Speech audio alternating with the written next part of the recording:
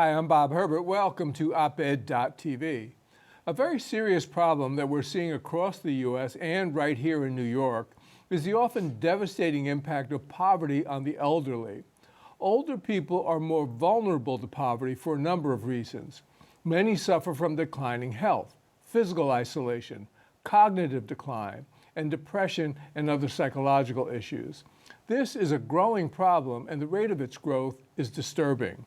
The number of older adults living in poverty in the state of New York has increased by nearly 50% in the past decade. And as if that weren't bad enough, our seniors are now facing the terrifying reality of attacks on Social Security, Medicare, Medicaid, and other crucial support systems by the Donald Trump administration. We'll talk about this with my guest, Jonathan Bowles, who has studied this issue intensely. He's the executive director of an increasingly influential think tank here in New York, the Center for an Urban Future. Jonathan, welcome. Thanks for coming in. I appreciate it. Great to be here. You know, we'll get to the issue of poverty and the elderly in a minute, but first I'd like to mention that there was an extremely positive story about your organization in a recent issue of Crain's New York Business. It talked about the policy achievements that the center has had, and it said, and this is almost a quote, "The center has quietly emerged as a real force in New York politics." So congratulations on that front. But could you just take a moment and tell us in general the kind of work that the center's been doing? Yeah, well, we're a think tank that's really good at elevating issues and opportunities that are important for New York. Our focus is really on growing the city's economy, but also expanding economic opportunity, making sure we not only have a strong economy, but an inclusive one. That's cool. That's great. So, and one of the issues, as I've mentioned, and that we're going to focus on in this program, is poverty among the elderly. And I think it's more of a problem than a lot of people realize. So let's start by sort of explaining why we've seen such a sharp increase in poverty among older people in the past decade. Absolutely. Well, it's like the poverty problem that no one's talking about right now. I mean, first of all, we've seen this incredible boom in our older adult population. So just over the past decade or more, older adults, people 65 and over, have really been driving all of the population growth in New York State and in New York City. Right now, there are more than 3.4 million older adults living in the state. Wow. That's more than the entire populations of 21 other states. So just by itself, we've got a lot of older people. People have been aging with the baby boom population. A lot of immigrants that moved to New York in the 1980s and 70s are now older. And we've got a plan for that as a state and as a city. I think beyond just kind of looking at kind of how do we adapt to all sorts of issues facing older New Yorkers, there's this really alarming trend that we're seeing, as you mentioned, the rise in older adult poverty. And I think, like, to answer your question, how do we get here? I mean, there's a lot of reasons for it. I think one is that so many people in New York were working in low or moderate wage jobs for much of their careers, and they weren't able to put a whole lot away for retirement. They weren't able to save a whole lot as they were working. And we know how expensive it is to live in New York. They were getting by for all of their working lives. And now in retirement, they found that there's not a lot of savings there. And the city and the state are still as expensive as ever. Housing is as unaffordable as it ever has been. And a lot of these New Yorkers are on fixed incomes. They don't have IRAs. They don't have a big nest egg. And we're seeing many of them really struggle to get by. And we're seeing many of them have to stay working well into their 60s, 70s, and sometimes even beyond. Wow. So the center did an extensive report on this issue. And, you've just mentioned the fact that so many older people have been unable to put aside a nest egg for retirement. So let's talk about that a little bit. In your report, which was, I'm going to give the whole title, it's lengthy. It's the Emerging Financial Security Crisis Facing Older Adults Across New York State. So you're saying point blank that this is a crisis. And you've mentioned that they don't have, many don't have retirement income, they don't have 401ks, they don't have pensions and that sort of thing. But what surprised me was it said hundreds of thousands lack any social security benefits. So you have mentioned that some keep working, but how, if you don't have a retirement income and you don't have Social Security, what happens to you? I mean, everybody can't keep working into their 70s or into their 80s. Yeah, no, that's a great question. I mean, that's the crisis we're facing. It's not just a poverty crisis, it really is a financial security crisis. It's why so many New Yorkers have probably seen older immigrants that are collecting cans across the city for income, even into their 70s and beyond. It's why you see huge lines among older adults for food banks right now in New York City. You know, we don't have the kind of security right now for a lot of older adults in the city and across the state. And so people are kind of resorting to those means.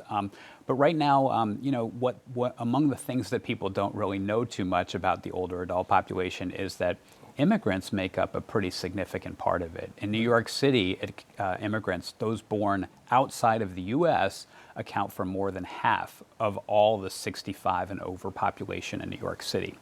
And for many of them, they don't qualify for Social Security. Right. And I'm talking about even the ones that have kind of legal citizenship, because to earn Social Security, you need to be working in the U.S. for 40 quarters, basically 10 Wow. years, Yep. just to qualify for the Social Security system. Many of them weren't here for 10 years of full work, or maybe for part of that time, maybe when they first got here, they were working under the books. I was just going to mention that. Yeah. Those folks who are sort of under the books or off the books, I don't know what kind of recourse they must have. Yeah, think about all the folks doing childcare or working off the books in construction Yep. or as a vendor. You know, like they were not contributing to the Social Security system and were in this position. Again, more than half of all older adults today are foreign born. Not all of them are in that situation. Many of them are quite well off, but a growing number of them are facing these issues. And it is a security crisis because these are our parents, our grandparents. Yep. They have contributed a lot during their working lives to New York City and New York State, and they're in this real uncomfortable situation right now, and we owe it to them to have a better life for them as they get old. Now, you mentioned that a large percentage continue to work once they're past what we think of as the traditional retirement age. What kind of work do they do? Yeah, I mean, first of all, we found that while the overall number of older adults in New York State increased by about 30% over the last decade, the number of people 65 and over who were working increased by about 55%. Wow. And in New York City was over 60%. So just to get a sense, a lot of them are kind of staying on. You know, many of them are doing retail jobs. They're kind of like hosts at restaurants or retail helpers. You've probably seen them at CVS's across the city, other drugstores. Some of them are doing self-employment. We saw numbers of kind of self-employment, people working by themselves, people doing vending businesses and entrepreneurship. That's increased. You know, the number of older adults that have actually turned to business formation has really grown. A lot of times people put their skills to use. Maybe if they were doing something in accounting, they might kind of help people prepare their books in their neighborhood. You know, so it's a variety of things that people are doing. You mentioned in the report that the group most affected are women over the age of 80. Can you talk a little bit about the challenges they face? Yeah, well, in most cases, women are outliving men in New York and across the country. And so we see a lot of older women. Many of them have continued to work in places in fields like childcare to cobble together an income. You know, it's part of our broken social safety net right now that many of them are in poverty. You see them at food banks lining up for food and assistance, but they make up a significant portion of the older adult poverty right now. And when I think of women over the age of 80, I think of them as having come through, as you pointed out, they tend to live longer than men, so they have to deal with the loss of a spouse in many cases. But there have been these historic wage disparities when it comes to employment among women. So even if they've been working for a period of time, you know, their retirement income, either they wouldn't have any, or it would be lower than, for a man of a similar age. They've been caregivers, either in their own home or caregivers for other families. So it must be really tough. Yeah, I mean, absolutely. If you look at the city's economy today, you see the biggest growth that we've had over the last 10 or 15 years in home health care, and that is mostly, primarily women. Yeah. It's many immigrant women, it's a lot of older women, and also that doesn't even include the child care. And Right. so many older women, it's something that they do to kind of earn a living. Sometimes they start their own child care business, but those are fields that have been really growing in New York. They're primarily women driven, but they also don't pay very well. And they don't have great retirement benefits, and you see a lot of women that have kind of been in those fields and in other kind of healthcare related caregiving fields. They're not set up very well for retirement in New York. So even as we're discussing this, we're facing attacks on the very support systems designed to help older Americans as they get beyond retirement age by the Trump administration. What are the things you're most concerned about when it comes to sort of cutbacks and other forms of attacks on the systems designed to help older people? Yeah, no, that's a great question, because as if things weren't already difficult Right. enough for so many older adults. I mean, we've been calling in this report that you're citing that we just did for New York City and state to do more, to devote more investment in older adult services. Obviously, they need it, but here we are at the same time, we're seeing the federal government really kind of step away, or at least kind of take those proposals to do so. So one of the ones that's most concerning is, enormous cuts to Medicaid. Right. A lot of people later in life, like, that's how they pay for their health care, through Medicaid. And it's obviously a program that provides health care to those who are the most in need. And we see that so many older adults are in need because they are living below the poverty line today. So that's something that is potentially devastating to so many New Yorkers. We've also seen real threats made to the Social Security system. And so while there are lots of New Yorkers that are not benefiting from Social Security, as we just discussed, many more, it is their lifeline in older age. It is their clear kind of like one way, their safety net and their retirement income. And so, we really are dreading any kind of major cuts to Social Security. But right now, those cuts are not exactly on the table. It's just something that's been threatened. And then, all sorts of nonprofit organizations. They're the ones that are running food banks. They're the ones that are kind of helping seniors who are isolated in their homes right now and really kind of struggling with social isolation. They're the ones delivering a variety of services to older New Yorkers today. They operate senior centers and other programs. They operate older adult workforce training programs that help people get back into the workforce if they need money. Those programs are really at risk. Many of the organizations are facing huge cuts in aid from the federal government, and this is going to be, really difficult for older New Yorkers. The cornerstone for health care for older Americans has been Medicare. Can you talk a little bit about what Medicare provides, whether most older New Yorkers are getting the support they need from Medicare, and have you been seeing threats to this program?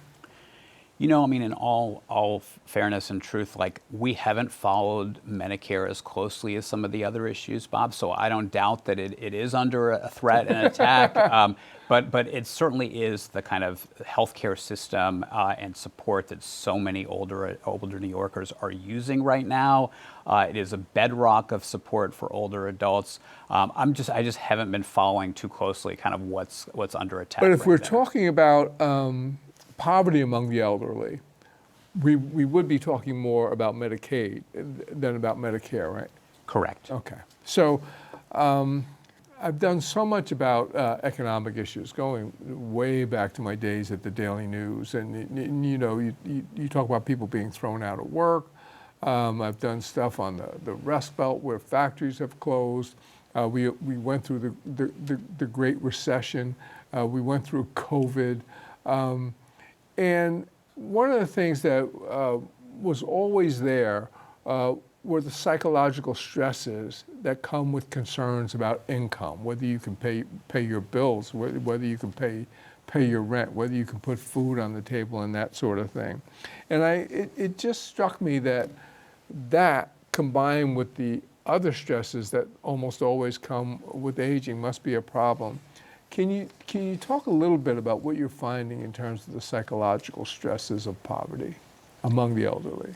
Yeah, no, it's a great question. I mean, I think that these are some of the statistics that are a little elusive to see how pervasive the problem is, but it's one of the first things we hear about. I mean, certainly social isolation is really closely connected to dementia, to Alzheimer's, to depression, and we've seen those things really on the rise. But the economic pressures that New Yorkers are facing, it's like we've seen since November all this attention to the affordability crisis and how it's affecting people across this country and in New York.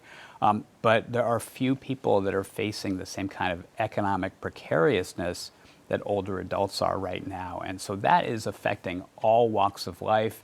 If people are really afraid, are they going to be able to stay in their homes? Are they going to be able to kind of help care for their kids and their grandchildren if in their larger families? But to know whether they're going to be able to kind of remain in the community they've been, to be able to grow old where they are, it's incredibly stressful. And many of them don't know where to seek services and don't have kind of in-home support to help them through a lot of these difficulties. Are there areas here in the city and in other parts of the state that have been particularly hard hit? Yeah, well, I think New York City is really kind of key area in terms of kind of dealing with the brunt of poverty among older New Yorkers today. But it's also a lot of other cities across the state. So Yonkers, Buffalo, Rochester, these are areas where we've seen the greatest increases in older adult poverty. But New York City, I'll give you an example. So statewide, the number of older adults have increased significantly. And we're at a point where about 12% of people 65 and older are living in poverty. But in New York City, it's 18%. Wow. In the Bronx, it's 24%, and in Brooklyn, it's about 20%. So New York City has seen huge levels of older adult poverty, and even within that, kind of New Yorkers of color, in particular, newer immigrant groups have been facing the kind of highest levels of older adult poverty. So for instance, in New York City over the last decade, Asian older adults saw an increase of something like 86% in the number of older Asians that are living in poverty in New York City. Today, something like 27% of all older Asians, those over the age of 65, are living below the poverty line. And 26% of Latino New Yorkers over the age of 65 are living below the poverty line. So we're seeing New York City in particular is struggling with older adult poverty. And I think New Yorkers of color, in particular Latinos and Asians, have been seeing the fastest increases in older adult poverty. I think a lot of people would be surprised by those statistics, and especially among Asians for a variety of reasons. Can you talk a little bit more specifically about Asians and why older or elderly people from that particular ethnic group are struggling? Yeah, well, I think that we had so much immigration over the last few decades in New York City, which was incredibly beneficial to the city and to the state. But a lot of those folks are getting old.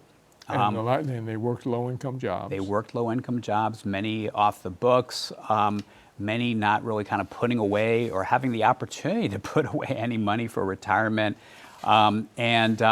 Like I said earlier, those are the folks that you see in your communities gathering cans for a little bit of income right now. It's heartbreaking, but I think that's why we've seen such a kind of an increase in immigration among Asian New Yorkers, for instance, and now so many of them are getting older and there's no real safety net for them.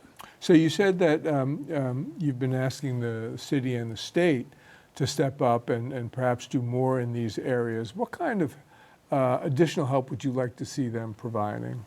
Yeah, I think that first of all, we as a city and a state need to do a lot better job of planning for the aging of the population in pretty much every facet of life, from transportation to housing. We really need kind of new plans for the aging to prepare for the aging of our city, of our state. But in particular, we need a real kind of campaign or, multi-set of strategies to deal with the older adult poverty boom that we're seeing. There's a lot of things that we could do. I think number one, this year's city budget cuts services for older adults. So we've got to make sure that, that's reversed because, on top of everything, when we're seeing such a growth in older adults in New York, when we're seeing this incredibly alarming boom in older adults living in poverty, the last thing we should be doing is cutting the small amount of services we have right now for older adults. But go ahead. Well, that's almost like a perfect storm. You have increasing numbers of older adults in poverty. You have the attacks coming from the federal government, and then potentially cuts in services at the local level. I mean, my goodness. Yeah, and look, I understand city policymakers are dealing with a lot. They're seeing pretty significant budget deficits in the out years. They're seeing the federal government kind of take money away, and so they're needing to deal with all of this. But I think if there is one group that really kind of has a case to be made for kind of increasing support, it's older New Yorkers. And it's because that's where the population is booming. That's where we're seeing all these kind of new challenges with older adult poverty and older adult financial security. We need to be attacking this problem, or else we're going to see a lot more older adult homeless. Right. And then that will lead to more spending on those kind of things.